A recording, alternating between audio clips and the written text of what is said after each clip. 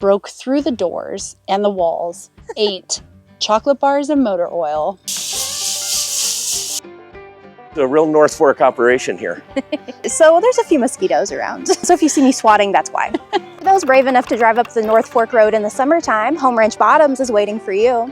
Home Ranch Bottoms is a total hidden gem up here in my opinion. It's a little restaurant, bar, and music venue just a few miles south of Polebridge. Might sound silly that I think it's a hidden gem because it is right here on the main drag. Of course, they've got the tourists going to Glacier and Polebridge, but I think the food is some of the best in the Flathead. It's just so simple and good. We're here today to talk to Flannery and Dan, the owners, and Gabby, the head of their kitchen, just to learn a little bit more about their menu and what makes Home Ranch Bottoms so special.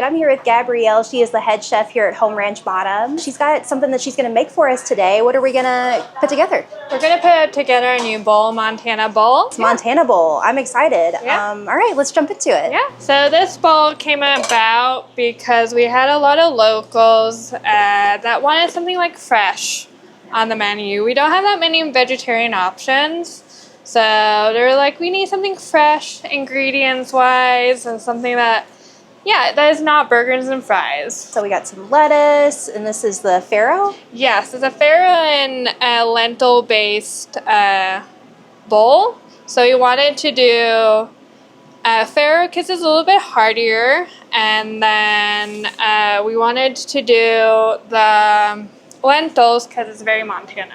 Yeah, definitely. I actually learned that recently that we grow a lot of lentils here. Is this farro from Montana? Yes, it's sorry, the lentils, excuse me. Yes, the lentils are from Montana and the farro as well. Is this like it kind of looks like a pico de gallo type of situation? It is kind of like a pico de gallo. It's like a Persian salad is the base. It has cucumbers, tomatoes, onions, and a bunch of fresh herbs. Just up the road, basically, is one of our neighbors that grows all our herbs. So you guys prioritize like local ingredients? As much as we can, because we are also in the middle of nowhere, so what we can find that is local is the best. Very good. What are the herbs in it? So we have mint and parsley is like the base of the salad itself. But in the dressing we have mint, tarragon, parsley as well, and chives. And to actually sweeten it, the gal that grows the herbs, she grows her own stevia. So we put stevia in as a sweetener. I myself am a vegetarian. I hate when people do like a vegetarian vegan thing and try to do a spin-off of something that is meaty or whatever. So I'm like, okay, I want to do this completely vegan, and then honey is technically not vegan. So I was like, okay, what should we do? And I don't want to use sugar, so I'm like, oh, we get these stevia leaves from our herb supplier, so why not put those in? When did Home Ranch Bottoms open?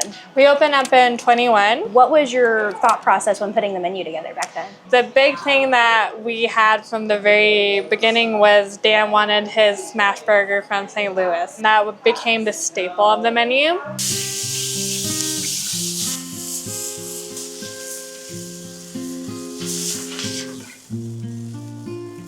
Those smash burgers are so good. Yeah. I tell everybody it's my favorite, like, in the area. Oh, that's great to hear. Our first year was very much like trial and error. We had so much stuff on the menu that we don't have now. We're test running a bunch of stuff, and then after like 1 month, and we're like, okay, we need to dial this back and see what works. 23 is when we got the fryers. We didn't have the fryers until then. Oh, okay. And that's when we started to do our fried food. And then we introduced all our sauces that are homemade, and it became this creation of the menu of what it is today.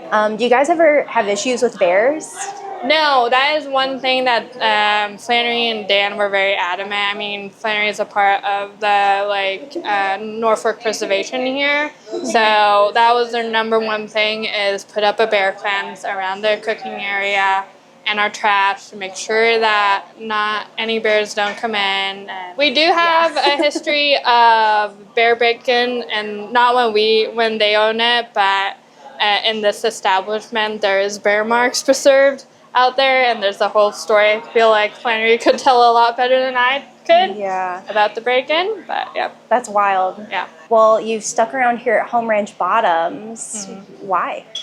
I love the community we have here. Like, Dan and Flan are basically my family. I love cooking food, but like making food for people is why I do it. And having the locals come up to me and say hi and how great the food is, really like that. I really see this place as like a community gathering location, so I can see that for sure.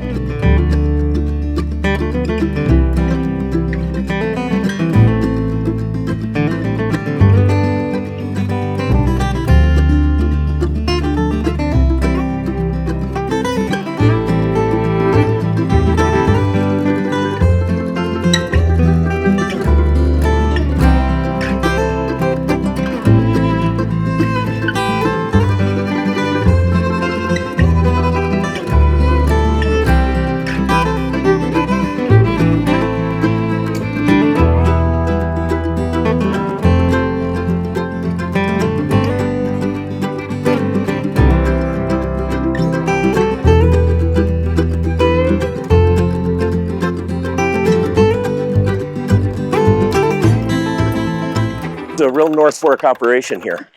For I'd say some of these artists, like they only play pretty good, places. Yeah. So we're really lucky to get them up here because they love the North Fork or they love Montana. So it's really lucky. So just trying to accommodate for them. Yeah. Kind of give something, like make the stage at least back them up pretty decent. What do you hear from some of the artists that come up here and play?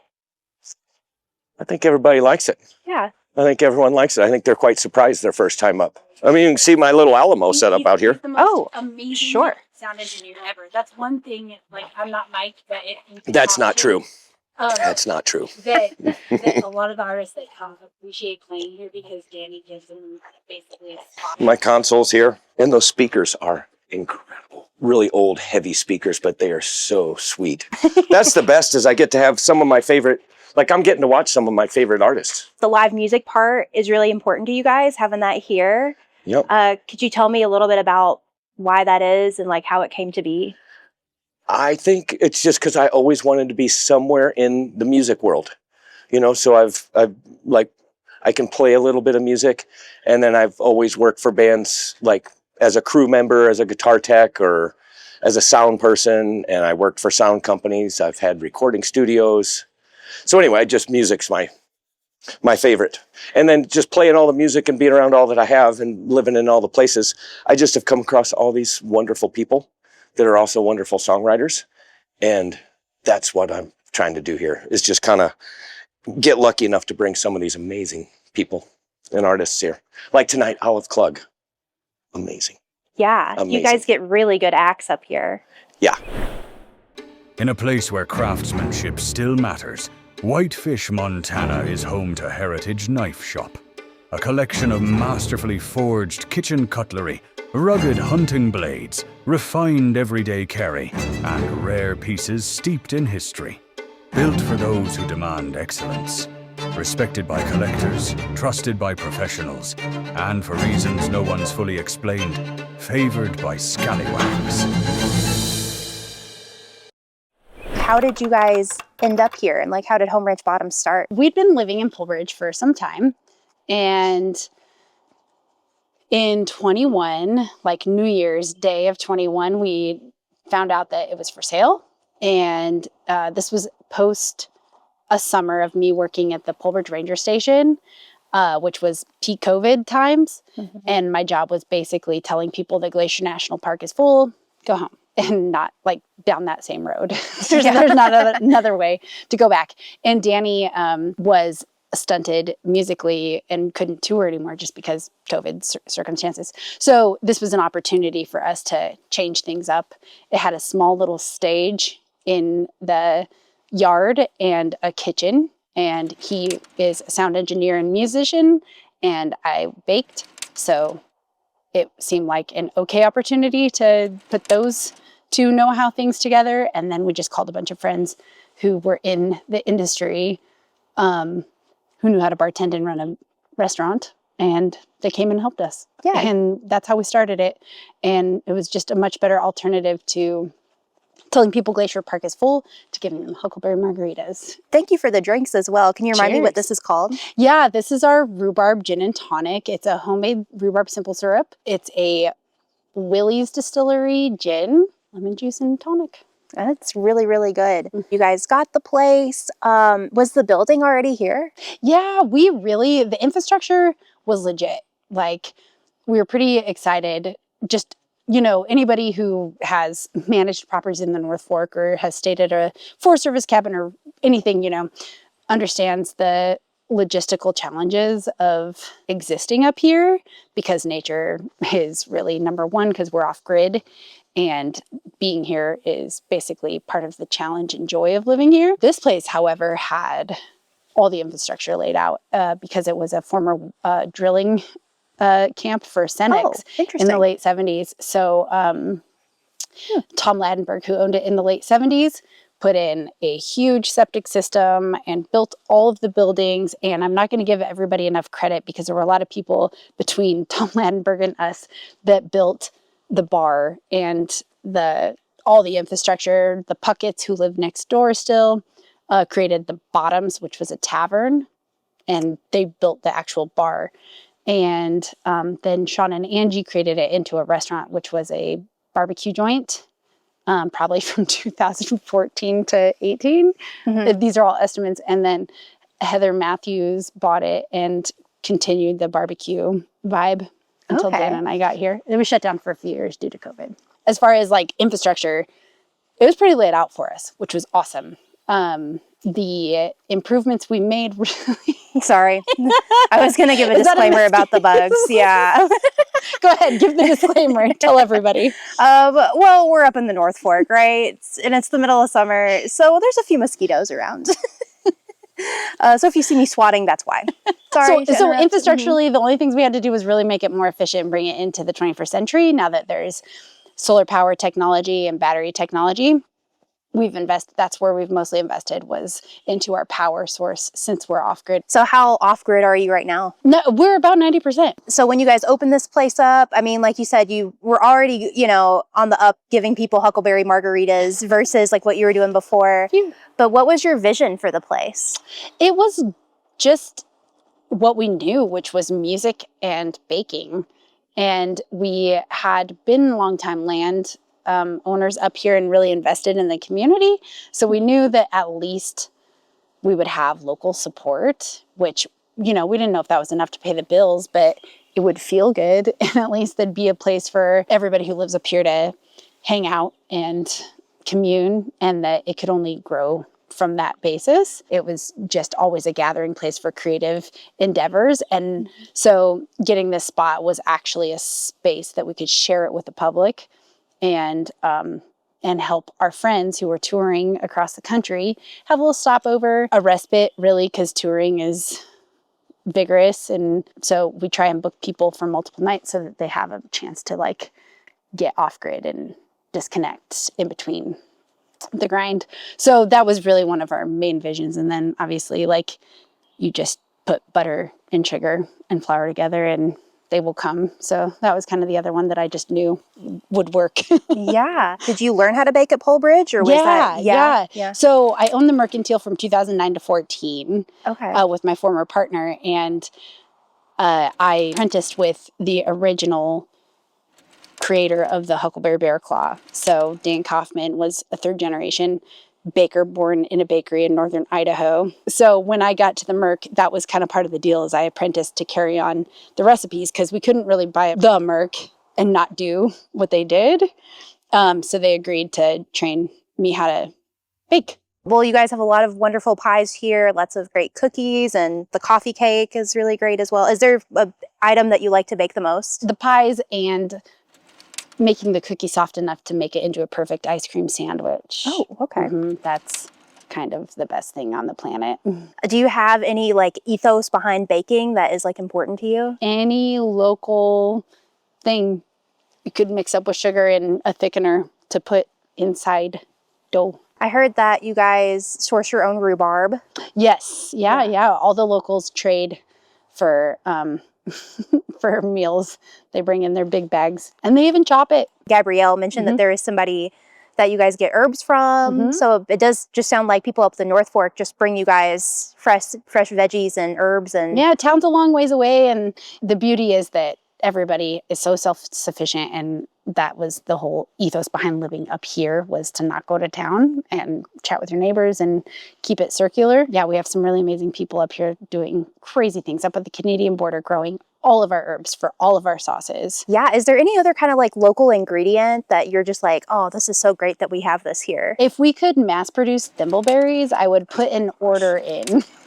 Yeah. That's like, oh, the texture, the flavor, so good. What have been some of the challenges with being off-grid? Supplies, garbage, cash would be the main.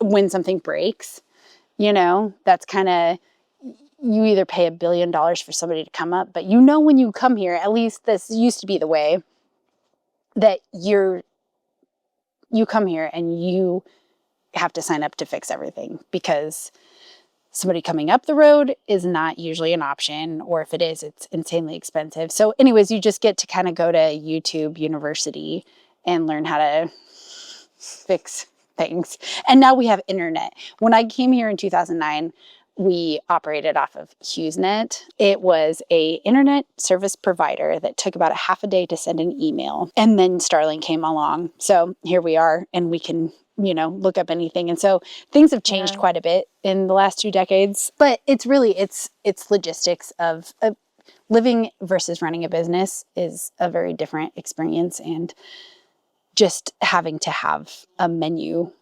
prepared and all the ingredients on that menu, and then being able to have your team pivot if we run out of something and communicate to everybody that, dang it, we ran out of this, but we do have all these other things. Like, we just have to remain very dynamic, because nothing is constant here. And it's kind of a fun ride that we get to take our customers on, because, you know, we're not like everywhere else.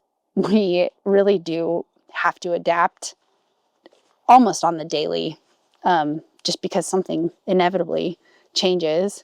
And it's kind of a fun ride to take everybody on. Like, I don't know, like, things change. Yeah. And this is what today looks like. Garbage is a big challenge up here too, just with grizzly bears and stuff. We put in one of the other infrastructural improvements we did was electrifying our garbage storage and our kitchen. Yes, I saw the electric fence outside the kitchen, which is, I think, really cool and old school to me, because I've always seen like pictures of, like, you know, when they built the Sun Road and they were like banging pots and pans to get or like shooting at bears to get them to go away, because like they just zero in on spaces like that when you're out here. Yeah. Opportunity. I know that there's like a history of bears coming around here, and she mentioned that there's also some marks on the like building. What do you know about that? That's a fun story. So Stahr, Stahr, was a infamous bear in the 90s. She was a big sow and grizzly bear. And she just ran these parts, the bottoms specifically. Every bear up here, if you read any of Doug Chadwick's books, I don't know if you've heard of Doug Chadwick. He's a local author. He also owns property in the North Fork. He's kind of one of our local celebrities.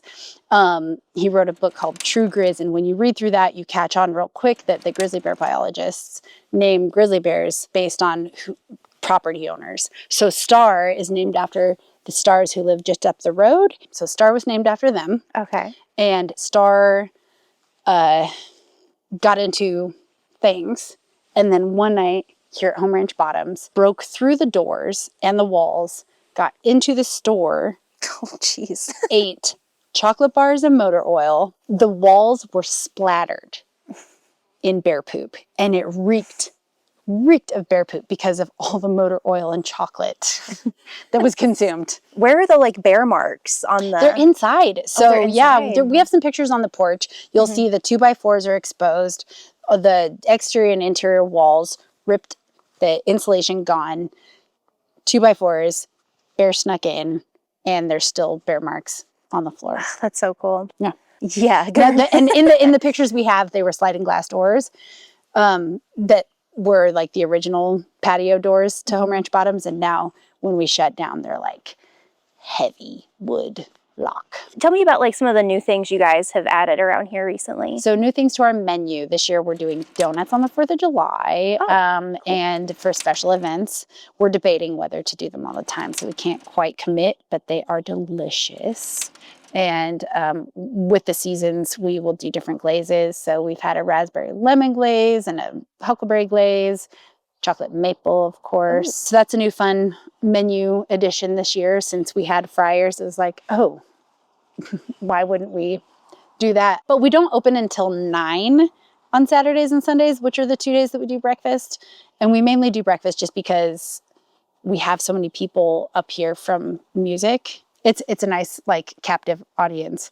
But we don't start until 9 because the solar doesn't hit our panels until then. And we were burning a lot of diesel. And just as part of our mission, we really don't want to burn diesel. Yeah. So rather than having a 7 a.m.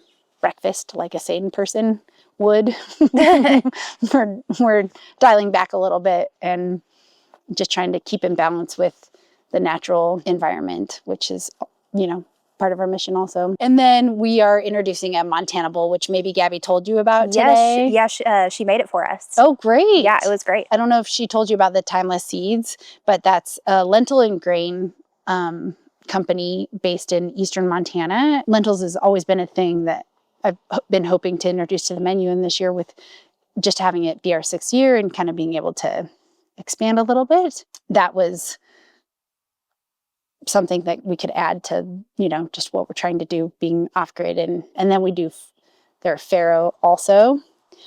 So we have lentils and farro that are grown here in Montana, and then we zhuzh them up with all the goodies that Gabby put in your bowl. It was really refreshing. I could imagine like coming off of like a really hot day, like you've been hiking all day, and getting something like that would be really nice, you know?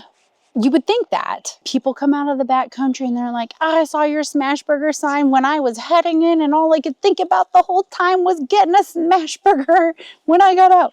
So, I mean, it's so crazy. And I think any restaurant business owner will tell you, like, the hunger for burgers is real and it's wild. Tell us where we're at. We're by this lovely little cabin over here. Yeah. So, new this year, we got to re-adjoin what was formerly called the North Fork Cabins.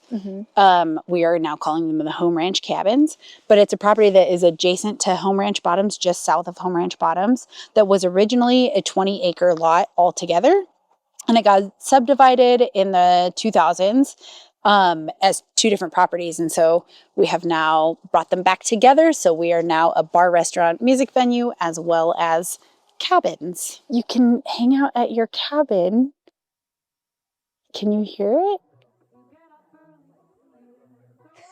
And get a little nice show from the stage. Yeah. What does it mean to you personally to be part of the North Fork community up here? Oh man, that's a loaded question. It means a lot. It means so much. It's such a dynamic community. It's crazy. It's, you know, people driving, the Canadian border is 27 miles north of us. And when you drive north, every 4 to 6 miles, you see little clumps of mailboxes. And I might be over explaining, but just maybe for our listeners who haven't been to the North Fork, there's little clumps every 4 to 6 miles, and there's micro communities within every single one of those clumps of mailboxes. Mail comes on Tuesdays and Fridays. UPS and FedEx deliver as of today, but I think they're trying to get their contracts revoked because the road is so bad.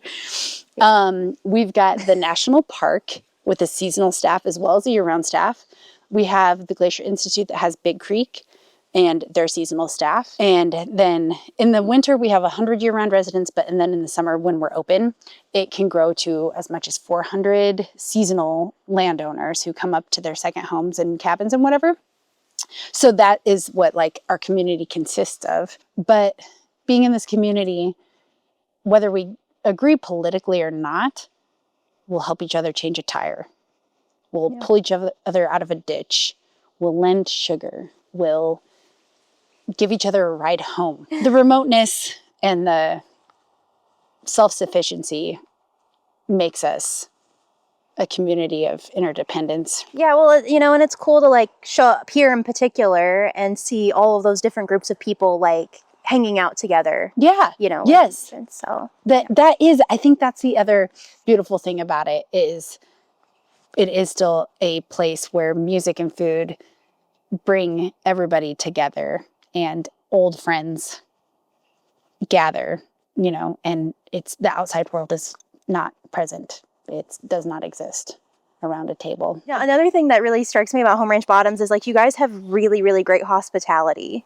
Oh, thanks. Is that something that is intentional Yes. or just, yeah? Absolutely. Tell me about that. Yeah, we just, you know, we are the locals place, which means that when we bring our team in, our team learns the names of every single local.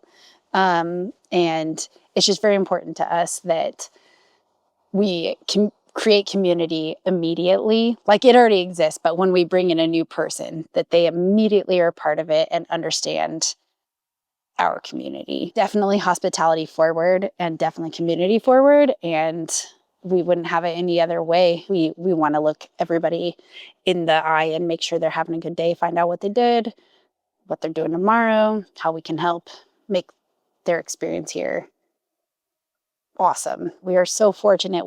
Most of our gang has come back and are all returners, and everybody comes back because they love this place, they love the community, they love their job, and it just really shows within the interactions. I mean, even as a bartender, having to answer the same question 20 times a day. This gang still answers sincerely and authentically and provides a welcoming, non-judgmental environment. And we're so lucky. Our staff is amazing. And I hope that everybody gets to come meet them. While I have the microphone, I'd just like to encourage anyone local or traveling that is reading or watching this to support local businesses because it's tough.